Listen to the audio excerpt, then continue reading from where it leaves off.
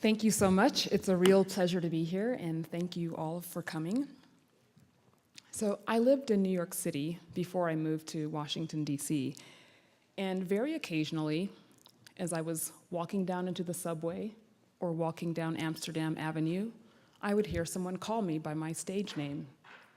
"Hey, Professor Private Parts!" Professor Private Parts was an expert in an HIV prevention program that my colleagues and I were doing with women with severe mental illness. And we were testing this intervention among several outpatient clinics, day programs, residential facilities in Manhattan, the Bronx, and Brooklyn. And when I say women with severe mental illness, I mean women with schizophrenia, with bipolar disorder, with severe recurrent major depression.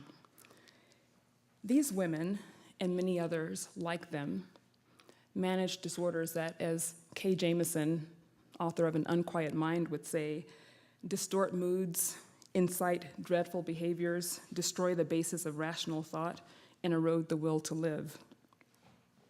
There were side effects to these disorders.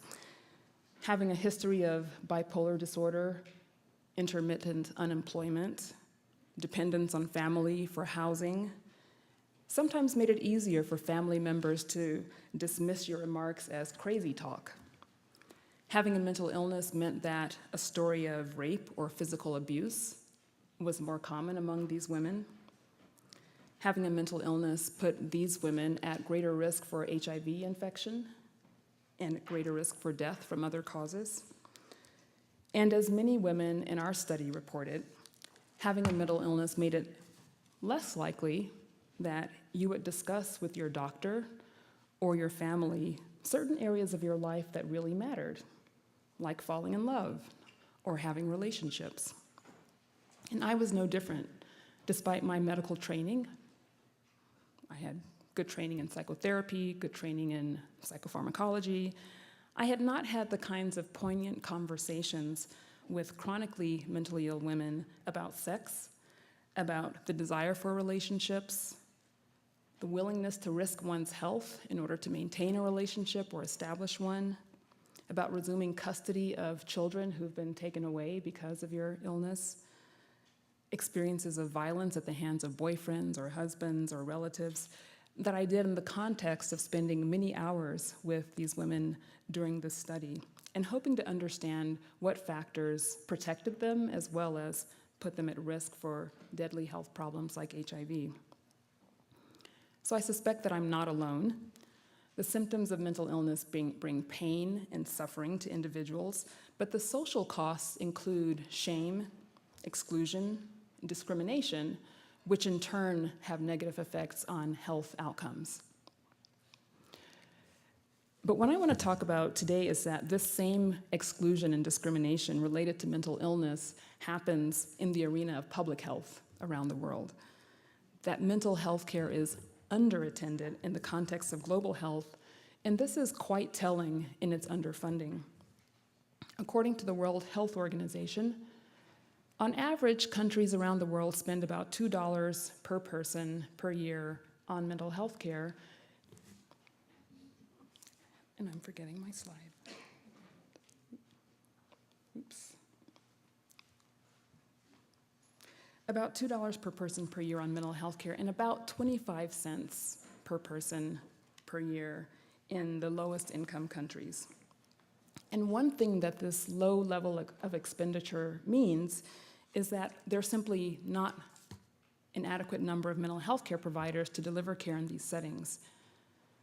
So almost half the world's population lives in a country where, on average, there is one psychiatrist or less to serve 200,000 people. And there are tremendous differences in the availability of providers between high-income, middle, and low-income countries. But even within a specific region, you see quite distinct disparities. So if you take the World Health Organization's Eastern Mediterranean region, and that includes countries like Sudan, Iran, Afghanistan, Syria, there's enormous variation. There's a 20-fold difference between the numbers of psychiatrists in Iran compared to Sudan, where Iran has 1 per 100,000 people, and Sudan has 1 per 2 million people. And you would expect that many of the countries in this region would have significant need because of political or economic instability. A recent report from the United Nations High Commission on Refugees tells us that in 2014 alone, nearly 60 million people were forcibly displaced worldwide due to persecution, conflict, generalized violence, or human rights abuses.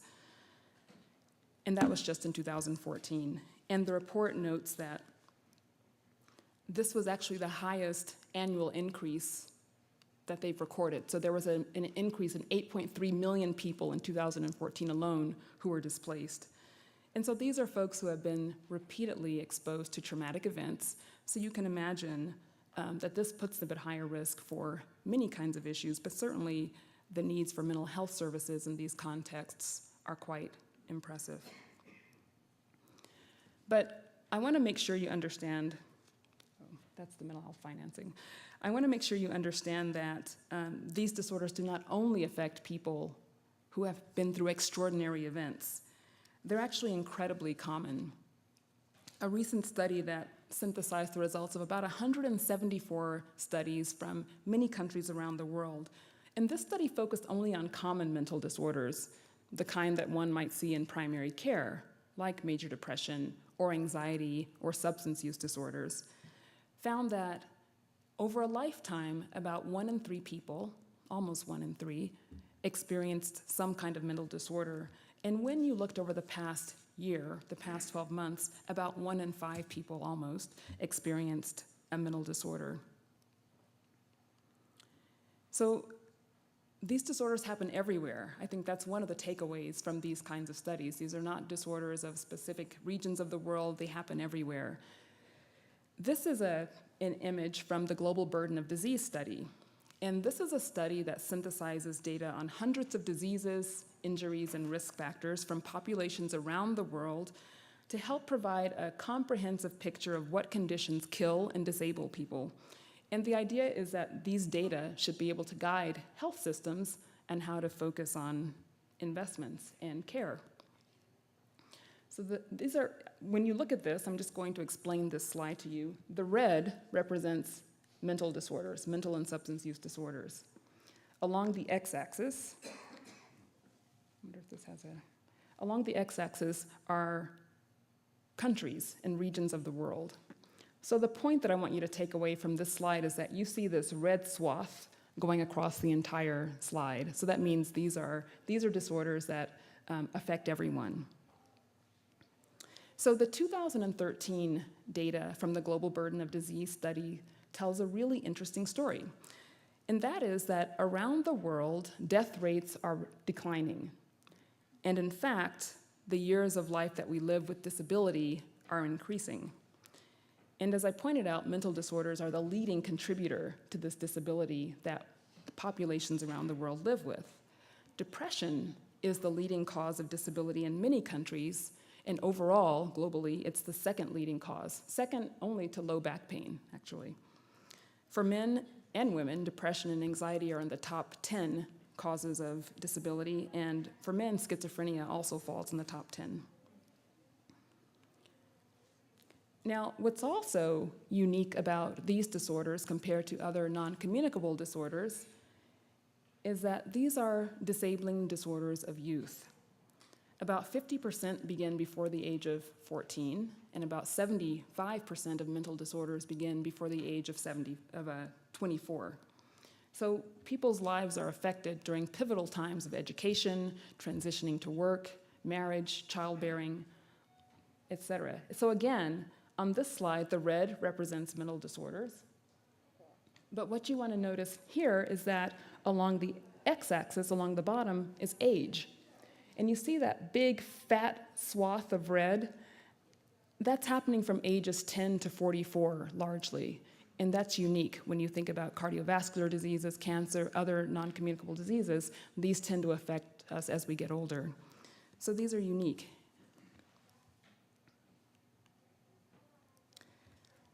This is a photo from Baffin Island in the Canadian Arctic.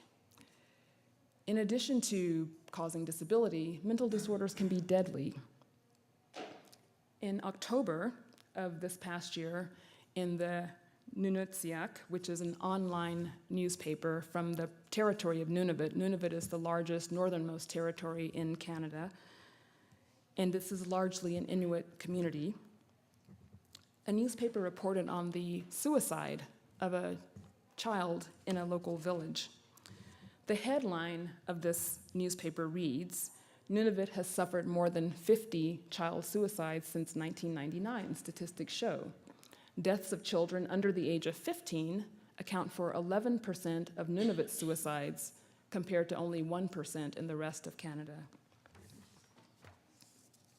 I visited Nunavut in March, and I met a young woman there from another Arctic community who told me that she was 4 years old when she first became familiar with the word suicide.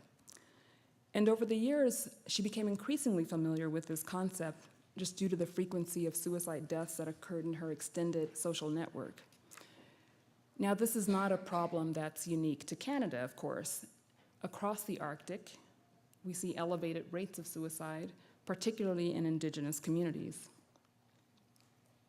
In Alaska, the rates of suicide among young Alaska Native men are about 4 to 5 times higher than those in the rest of the United States.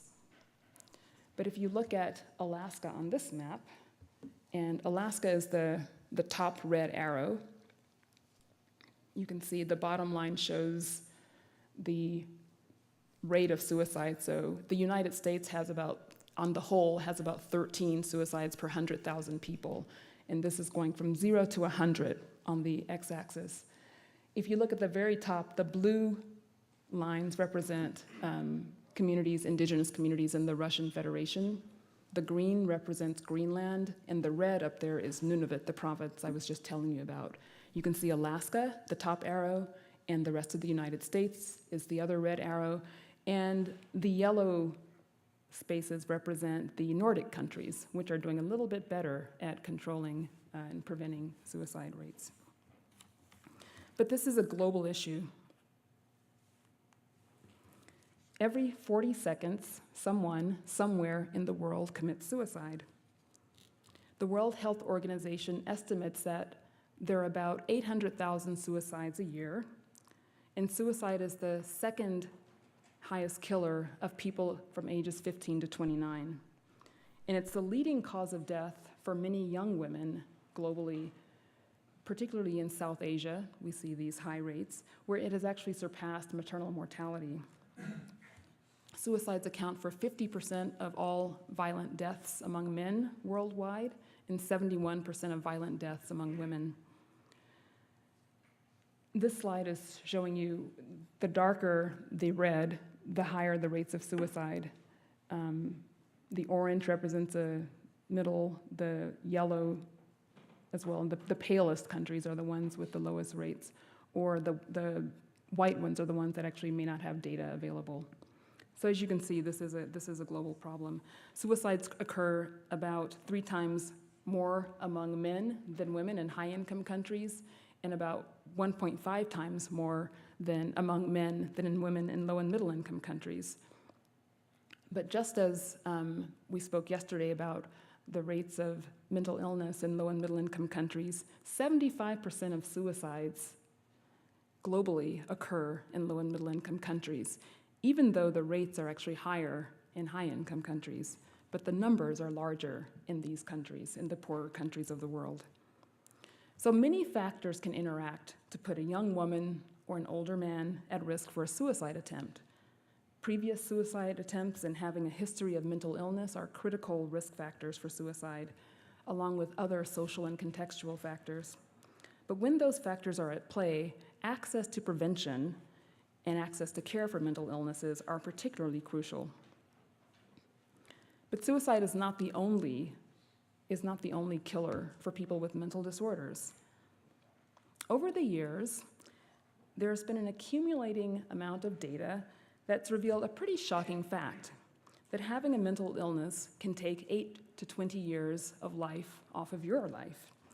On average, people with mental disorders have a mortality rate that's roughly 2 times higher than the general population. And this finding is seen among people with psychoses, among people with mood disorders, and with anxiety. Elizabeth Walker and colleagues, again, looked at data from about 203 studies from 29 different countries and 6 different continents. And they found, when you synthesize the data across all of these studies, that on average, having a mental disorder means a loss of about 10 years of life.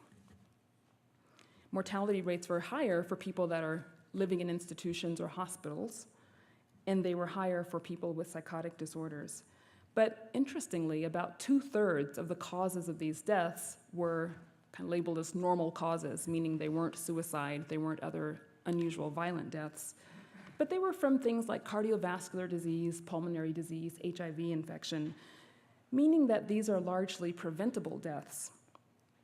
But we also know from other data that people with severe mental illness in particular tend to have less access to good quality health care, are less likely to be screened for cancer, are less likely to receive immunizations, or maybe to be able to adhere to good health behaviors. And while we don't fully understand the interaction between different mental disorders and other medical problems, because there may be issues of inflammation in the context of depression that interacts with other disorders, we do know, for example, that having HIV infection and having depression worsens your HIV disease. We know that having a major depression after a heart attack increases your chances of dying. So we talked about 800,000 suicides a year for people with mental disorders, but when you factor in the mortality due to these other causes, about 8 million deaths a year are attributable to mental disorders. And the bottom line is that increase in longevity that we're seeing with the Global Burden of Disease study globally is actually not happening for everybody, and it's not happening for many people that are living with mental disorders.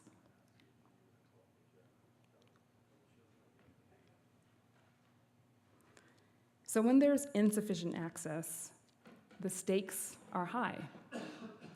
And in the poorest country, lack of access can mean terrible human rights violations.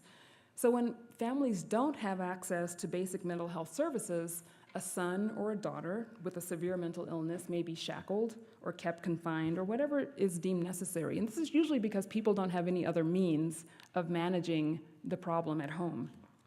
There was a New York Times article a few years ago that told the story of Mr. Yang, a man living in a rural Chinese village whose untreated psychosis had led him to violence. And in the case of many people with serious mental illness in similar communities, due to inadequate human resources, underfunded systems of care, and personal lack of funds to cover care, Mr. Yang had received 1 month of care over the last 5 years. And the article read, "Left to their own devices, some relatives resort to heartbreaking solutions. In 2007, a government psychiatrist discovered a 46-year-old man locked behind a door in a room in a rural Hebei province home. The man was mentally ill, his aged parents told the doctor. They had locked him up after he attacked his uncle, but that had been 28 years earlier." But even in the richest countries, we know what lack of access to care can also mean. The inappropriate care for people with mental illness in jails and prisons. Americans with mental illness are 10 times more likely to be incarcerated than in a hospital. And I'm just going to read what this quote from a New York Times article that says, "The sounds of chaos bounce off the dim yellow walls. Everywhere there are prisoners wearing orange, red, and khaki jumpsuits. An officer barks out orders as a thin woman tries to sleep on a hard bench in a holding cell. This is a harsh scene of daily life inside what has become the state of Illinois' largest de facto mental institution, the Cook County Jail." This is from an article called "Psychiatric Patients with No Place to Go But Jail." So this lack of access means late entry into the healthcare system, which can increase chronicity and severity of symptoms. But another result is that through welfare programs, social services, jails, and prisons, Many countries actually end up spending on the effects of mental illness, like unemployment, homelessness, incarceration, rather than actually on the underlying causes. So let's talk a little bit about solutions. This, you can tell I read the New York Times. This is another one of many images from the New York Times. This was actually in October of this year, that marked the occasion of the death of Jean-Claude Duvalier, also known as Baby Doc, a former president of Haiti. And this image, this took place in 1986 when Duvalier left the country, left Haiti, and went into exile. And in the summer of 1987, which was after my first year of medical school, I was standing at JFK at an American Airlines gate, waiting to board a flight to Port-au-Prince. And I was off to work with Professor Bill Popp and his group, who were tackling the baffling and rapidly growing HIV epidemic in Haiti. And a woman's voice over the PA system said that a general strike had been announced in Port-au-Prince, and anyone who wanted to change their travel plans could do so at this time. And I actually had no idea what a general strike was, and I thought, well, so they're striking. I'm not going to change my travel plans. I'll go right ahead. But when I landed, I entered a city where one met soldiers at barricades at every intersection, and Duvalier had fled the country the year before, and Haiti was getting ready for its first elections, and it was a tense time. And on top of all of this, the AIDS epidemic was beginning to ravage the nation. On a daily basis, my plans to go to work were interrupted because of threats of violence or riots in the city. But the experience changed my life and catapulted me into a career focused on global health. And although I was there to work on HIV-related projects, that experience got me thinking a lot about how sociocultural context shapes mental health outcomes and how solutions might arise in a given context. And since then, I've had a chance to watch the evolution of the global response to HIV in tandem with the much slower but accelerating attention to mental illness over the last 25 plus years. So HIV prevention and scale-up during the first decade of the 21st century has been called a game changer. That the way that the global community has actually come together to attack this is unique and has never happened in the history of global health. And it's marked by two things that I'll emphasize. I mean, there are many factors, but one is an emphasis on innovation and rapid development and scale up of new innovations. One of those was rapid HIV tests, for example. Another were early infant diagnostic tests. And a second really important factor in tackling the AIDS epidemic has been partnerships, global partnerships, and targeted funding. So you found new relationships between community-based organizations, governments, civil societies, and professional societies all coming together to address the epidemic. So is there anything analogous in the context of global mental health? And I think certainly innovations with respect to solving this enormous human resource problem. Innovations continue to occur in the context of global mental health in some of the places with the most limited resourcing. Task shifting, or using providers with more abbreviated training to perform the task of specialists, has been proposed as a way to extend mental health services in low resource settings for decades, actually. But what's exciting today is that we have evidence from a number of studies showing that, in fact, community health workers or nurses or other people can deliver evidence-based interventions to successfully manage mental illnesses. And most of this evidence has come to us from studies of depression. And I have here the title of a study that was led by Judy Bass at Hopkins. She and her colleagues were working in the Democratic Republic of Congo. So Congo, of course, is a low-income country affected by conflict, economic and political instability.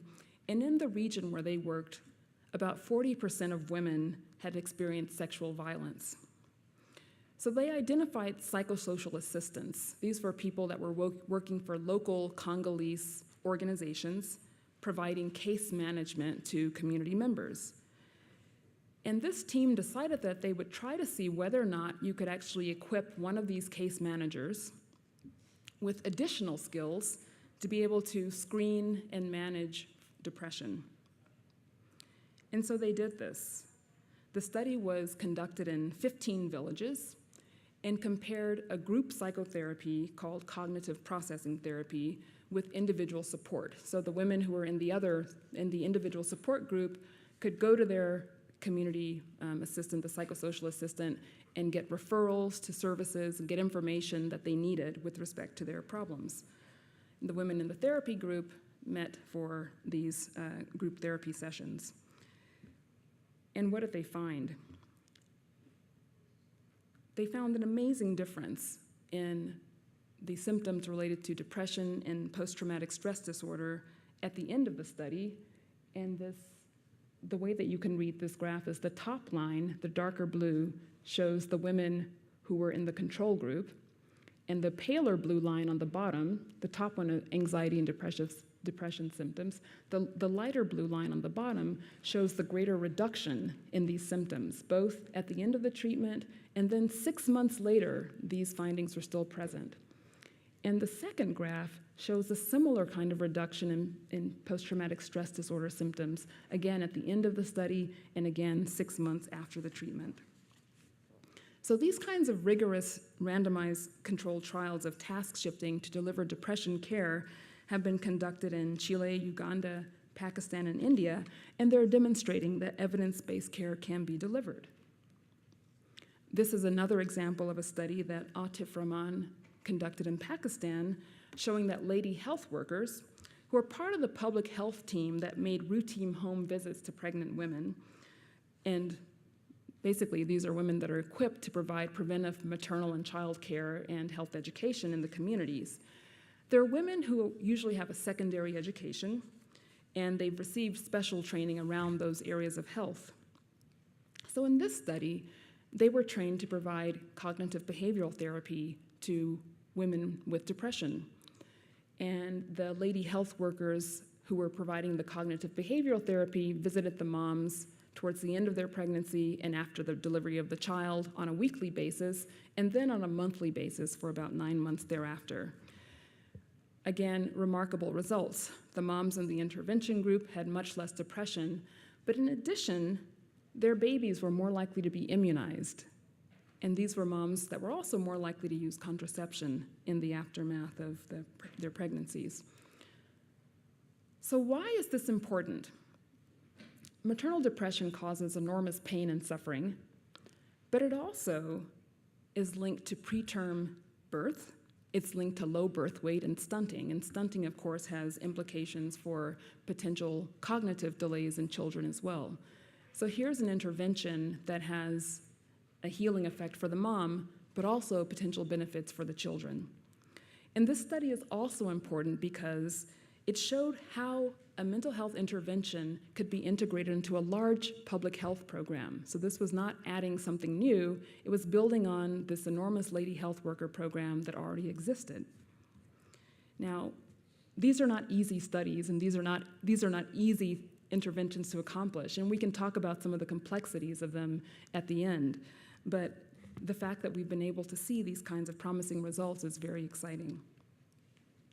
This is just an example of this is a clinic at a maternal care clinic in South Africa. This is an office, at a clinic. And we're supporting work in South Africa also, where community health workers are being trained to provide psychotherapy for depression at clinics where mothers come for perinatal care. So again, it's a nice combination of treatment. When you go for one, you get the other as well. And many more of these studies are underway, examining how providers can deliver these kinds of interventions in different contexts. And not only simply to address the mental illness.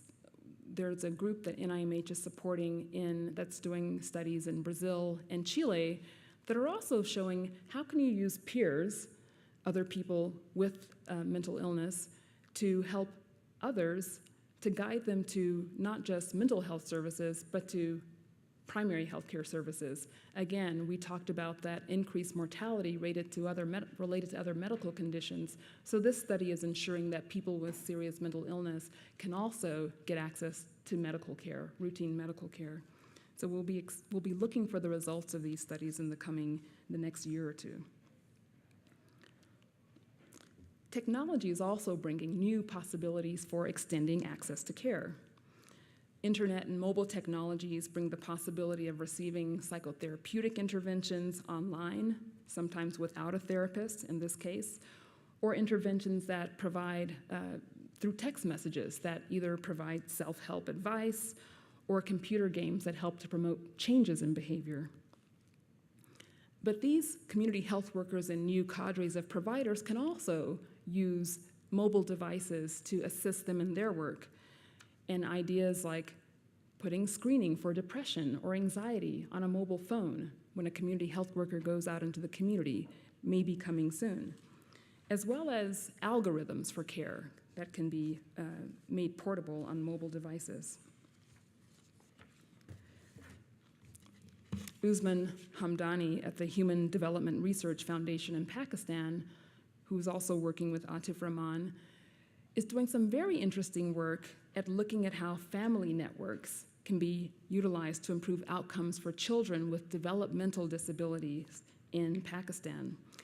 And they're actually training families to use tablets to educate other families and other communities about how to recognize developmental disorders. So again, a lot of really innovative ideas are happening out there.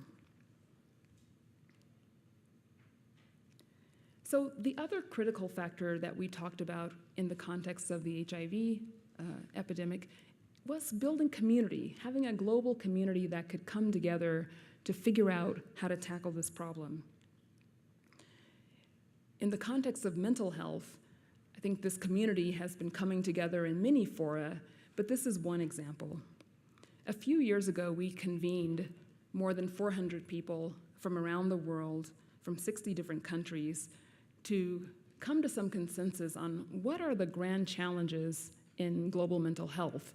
And we included under that umbrella mental, neurological, and substance use disorders. And people were asked to say what challenges, if removed, this was the definition of a grand challenge, a challenge that, if removed, a barrier, could significantly improve the lives of people with mental illness in the next 10 years. So the participants in this initiative went through several rounds of providing their input and finally whittling that down to a list of 40 challenges and 6 goals. So these were the 6 goals that the Grand Challenges in Global Mental Health arrived at. The first one was to identify root causes, risk, and protective factors for mental disorders. The second, to advance prevention and implementation of early interventions. Goal C was to improve treatments and expand access to care. Goal D, to raise the awareness of the global burden of disease. Goal E, to build human resource capacity. And goal F, to transform health system and policy responses. Now, the top 5 challenges that emerged that were ranked by feasibility, disease burden reduction, immediacy of impact, as well as impact on equity, were to integrate screening and core packages of services into routine primary health care, to reduce the cost and improve the supply of effective medications, to improve children's access to evidence-based care by trained health professionals in low and middle-income countries, to provide effective and affordable community-based care and rehabilitation, and to strengthen the mental health component in the training of all healthcare personnel. So these challenges were meant to galvanize the global mental health community and to show what needs to be done and to inspire researchers, clinicians, funders, and advocates to take them on. So we published this in 2011. So the clock is ticking. 10 years is going to come up pretty soon. But one of the things that, as we think about how to galvanize a community, it's clear that you can't do global work, mental health or other, alone. And a number of players have come to get involved in the mental health agenda as well, one being the Global Alliance for Chronic Diseases, which is a group of federal funders from different countries around the world focusing on non-communicable disorders. Grand Challenges Canada is an organization in Canada that decided that they were going to tackle Goal C in the Grand Challenges to improve access to treatment and care. And they've invested around $30 million thus far to do that. There also have been a number of smaller challenge exercises. Scientists Without Borders launched a grand challenge in mental health, as well as the UK organization Turning the World Upside Down. Again, so we're beginning to get some momentum. But one of the big challenges, and each of us can play a role in this, is simply to get the word out about the magnitude and the extensiveness of these problems and the importance of addressing mental health globally. This means supporting advocacy groups in low and middle income countries, enabling people to get out there and supporting users of mental health services to get the word out as well. Utilizing data to make the case that spending on these disorders makes rational sense, and that in fact you can't have good health in a community without having mental health.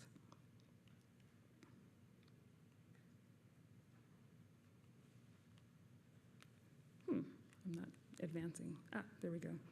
So one explicit challenge in the Grand Challenges was how do we integrate mental health into other platforms of care? And I think this is a second message that we need to promote globally, that mental health care has to be integrated into routine care. It's often fragmented. This is true in every country. There are separate systems for mental health services, and that doesn't do justice to anyone. So whether it's primary care or whether other health platforms, how can we integrate these services? The HIV platform is a great example. People living with HIV are at greater risk for depression, for anxiety disorders.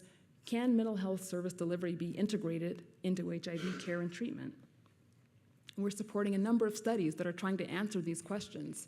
How do we integrate mental health into cardiovascular care, into HIV care, care for diabetes, hypertension in many parts of the world? Finally, the international community has to make commitments in order to reduce the burden of mental disorders. And the great news is that the evidence for why we should do this and how we can do this is accumulating. And these represent some of the many studies and policy-related projects that are happening around the world. And perhaps one of the most exciting is that the World Health Organization established the Mental Health Action Plan 2013 to 2020, which member states of the World Health Assembly voted on, agreeing to try to achieve the targets laid out in this plan by 2020. And I'll just highlight two of them, one of which is to reduce suicide rates globally by 10%. Another is to increase the service coverage for people with severe mental disorders by 20%. So 2020, 2021, these are the deadlines for achieving the goals of the action plan and for meeting the grand challenges in global mental health. Very excitingly, next April 2016, there's a meeting planned at the World Bank to make the case for mental health to a new audience, to finance ministers, to people who can think about attacking these problems in different ways. So the opportunity is now, and you're all invited to join us. Thank you.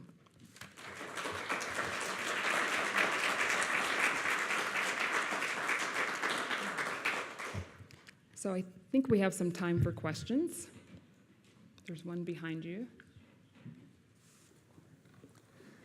Yeah, hi, my name is David Scott. Thank you for a wonderful presentation. I'm going to move us in a slightly different direction from what you talked about, which has to do with trying to find the right balance between the individual rights for people with mental health problems and the needs to kind of sometimes compel treatment for them. And particularly some of the recent problems we've had around gun violence and the mentally ill. This comes to me as an emergency physician where I see a rotation of people with severe mental illness who really do need treatment, but who refuse to get the treatment, and the legal system doesn't really give us the tools to be able to require them to get that treatment. They go out and then end up getting weapons, hurting themselves, hurting others, getting shot by the police, things like that. So I wonder if you could say a word or two about, that challenge. Obviously, we're in Colorado where there's, recently been, or not recently, a year or two ago, the gun violence from a mentally ill person. So anyway, just since you didn't bring it up, I thought maybe it's worth a comment or two. Yeah, thanks for raising that. I think there are a few messages for us. One is coming back to the issue of early intervention and actually having better services set up to identify young people who are at risk, especially in the case that you mentioned in Colorado. Ensuring that people can actually get access to care early, that families know how to recognize signs and symptoms. There's a figure, a statistic for the duration of untreated psychosis, which people measure in different countries around the world to say how long does it take before someone who actually has their first symptoms actually get to treatment. In the US, I think the average is about 71 weeks. So you're talking way more than a year past the time that someone has their symptoms. The ideal that has been set up around the world is to get that to happen within less than a month. And we're certainly not at that stage here in the United States, although there's some promising research that's helping us to figure out how we can bundle interventions that can help folks to get the care that they need as soon as they have those symptoms, but one still has to be able to get engaged in care quickly. So I think that's one thing that we have to think about.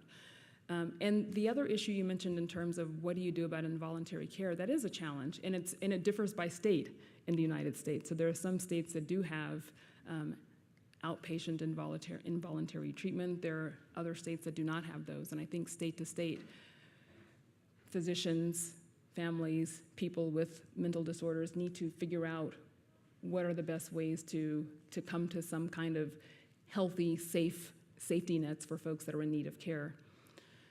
Globally, there is a convention, UN convention, the Convention on the Rights of People with Disabilities, that many countries around the world have signed on to. The US has not signed on to that convention, but that actually goes in the other direction of really trying to reduce as much as possible involuntary treatment for people.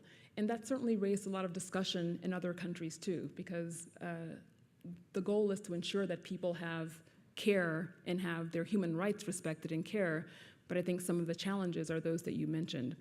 That means ensuring that people who can't always decide in the context of an acute psychotic episode that they need care, how does one address that issue? So no consolation, but these are global issues as well that I think people wrestle with in different contexts.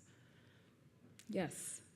Hi, thank you for a wonderful talk. I'm in recovery from mental illness, so I have a lot of personal as well as global interest in being here. And it stood out to me that you mentioned algorithms, because there's a technology called brain state technology. I'm wondering if it's something of which you've become aware yet. And it's really powerful because it doesn't require speaking, so there's no language barrier. The person, I've also used it myself, doesn't have to believe that something traumatic happened or that it hurt or that it was wrong. It's non-invasive. It's a very passive and soothing intervention, and I'm wondering if you've heard of it. And I was also very excited to see studies being done in the developing world, because I think that mental health is the next frontier, and it's very exciting to think about building it into existing platforms. Mm-hmm. And as we continue to design health system architecture to demand that mental health and emotional wellness is included. Mm-hmm. Thank you. Great, thank you. Actually, can you say something about that program? About which part? The device that you were mentioning? The brain state technology? Right, yeah. Yes, it was developed by a guy called Lee Gertis. He's in Arizona, and he worked in algorithms at Amazon before wondering how they could help the brain settle and soothe. So first you get just a readout, a map of what's happening in the person's brain at that very moment, and then identify places where, say in the parietals, the high frequencies aren't tracking right to left, one side is dominant when it might be more optimal for the other side to be dominant. And it just shows the person's brain back to itself in a loop again and again, because the brain wants to come into its own homeostasis. It's really, he uses it a lot in prisons and with lots of people with PTSD as a real service heart for veterans, for example. Interesting. Well, I know that there's certainly a lot of activity in the device community trying to develop new interventions of maybe similar to that, and certainly others that are targeting specific disorders. So that's very interesting. Thank you for sharing that. Yes, here in the front row. Hello, my name is Ling Ling from Unilever. Thank you very much for your talk here today. A couple years back, one of our leaders in Unilever talked about mental health for the first time. I found it really powerful because I guess over the last few years, there had been a couple of suicides within the business. And I guess my question is around what is being done around advocacy to talk more about mental illness and having leaders talk about it more openly in communities, especially globally. I know that in certain communities, in particular, I'm Chinese, it's not discussed at all. And there's such a huge stigma around it that even if it's not you that has a mental disorder, but your child, you very much hesitate to do anything about it because it's such a stigma in the community, you just hide it, and it's, if it's not actually being brought out in the open, because it is normal, actually. What I'm seeing here and hearing all the time is that it's actually a normal, in some ways, in your lifetime, a normal state of being that you would have a mental disorder, and that is a passing period. It is not all of who you are, but simply a part of it that needs to be owned fully as well, too. But without sort of leaders and sort of advocates talking about it in a much more normal, in a way that's shows that's much more normalized than we actually seem. I just wonder whether the practical elements of getting people to seek care and see, I guess, individuals with mental disorders more holistically, that will be completely missing, even if all the sort of other policy and tactics are there. Yeah, that's a really great question, that the stigma that can be associated with mental disorders, the exclusion people face, can keep people out of care as well. And there's a huge role for advocacy organizations. I mean, I think one of the things that we do have in the United States, but you see less of, particularly in low and middle income countries, are mental health service user groups. So people who are using services coming together and as advocates to demand from their policymakers, to demand from local leaders what they need in terms of care. Actually, Chris Underhill in the audience has some experience with this and can maybe share with us some successes in that area. But you're absolutely right, there's a huge need for that. There are some of these groups are developing, but we need more of them. And it's hard to start a group like this if you're in a context where something is very, very shameful to talk about. It's very difficult for people to come forward. It does help when celebrities come forward. It helps when government figures come forward and disclose that they've had a mental illness or someone in their family has had a mental illness. There's some evidence that that's quite helpful in terms of raising awareness and helping people to at least begin to talk about these things. But yeah, it's a problem that we all need to be educating each other about and advocating for. Let's go T-shirt. Hi, Yasmin, Halima. Hi, Pamela. Thank you for sharing your insights. I wonder if you could say a little bit more about mental health in the post-trauma setting. So it seems to me that whether it's humanitarian crisis, civil conflict, man-made disasters, that we seem to lose interest once CNN leaves.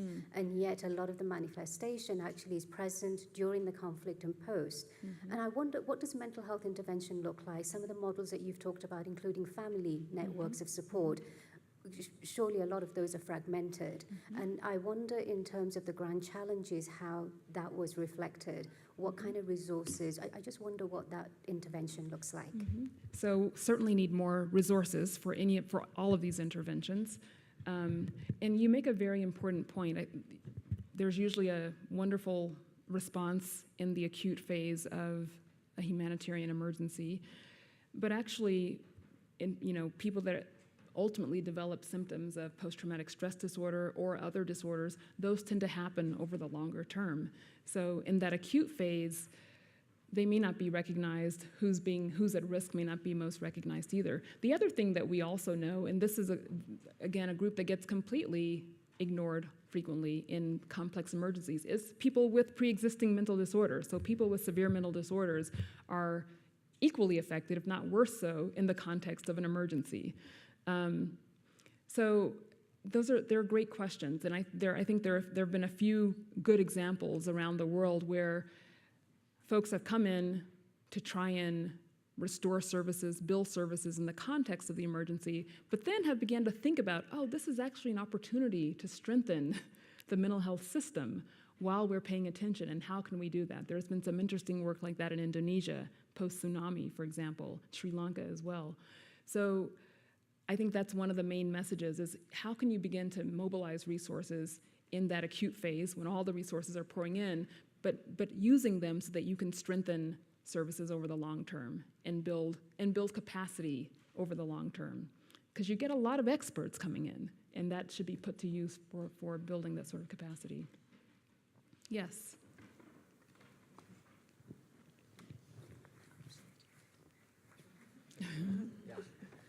You described the power of task shifting as a way to build capacity and make available mental health interventions, and you highlighted Pakistan and other developing countries, but in the United States there's inadequate capacity too.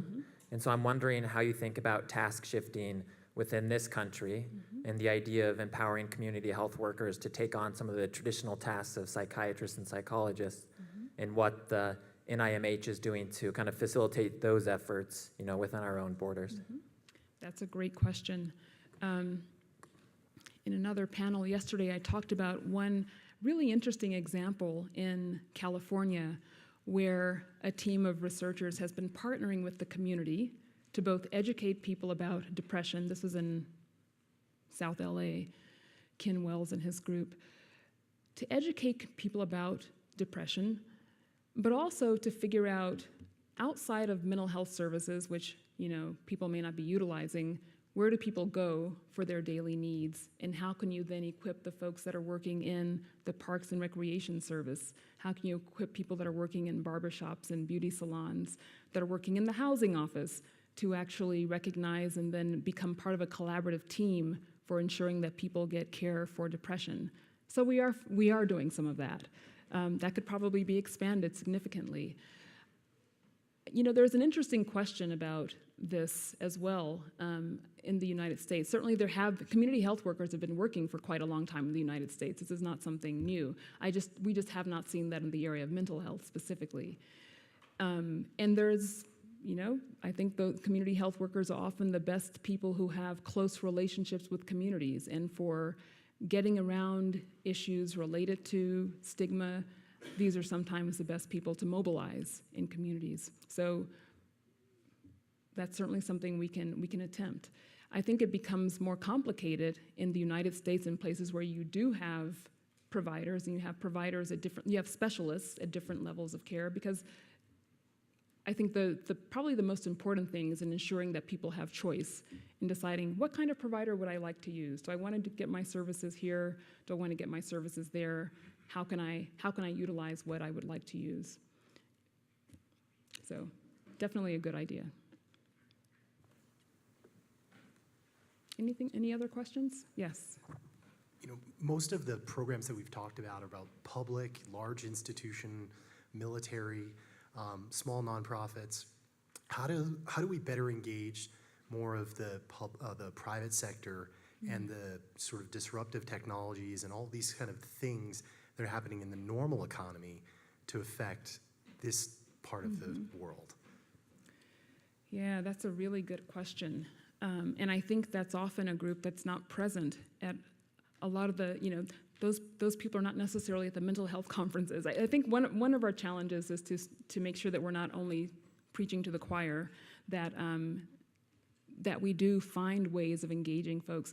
The World Economic Forum actually has a mental health working group, and I think some of those kinds of cross-fertilizations are happening through that group. They're actually beginning to focus on the issue of mental health in the workplace.